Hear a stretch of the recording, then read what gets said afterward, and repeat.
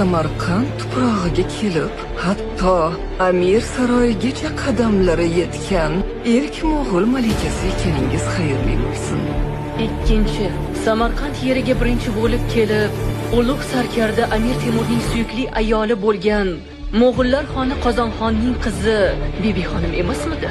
Siz o'zbeklar unga Saroy mulk xonim deb nom bergansiz. Senga qanday jazo belgilasiz ekan? Begoyim, asira xalqning orasida sazoyi qilinishi lozim. Xalqning o'zi jazolagani yaxshi. Haloyiq, bugun sizlarga farzandlaringizni o'chini olish uchun imkoniyat berilyapti.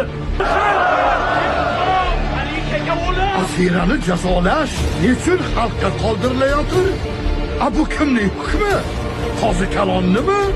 Yoki Amir Bahodir Yalangto'shning hukmimi? Har kimga adolat yuzasidan hukm chiqarilmoqi lozim. Agar asiraning aybi bo'lsa, Qozi Kalon jazo belgilasin.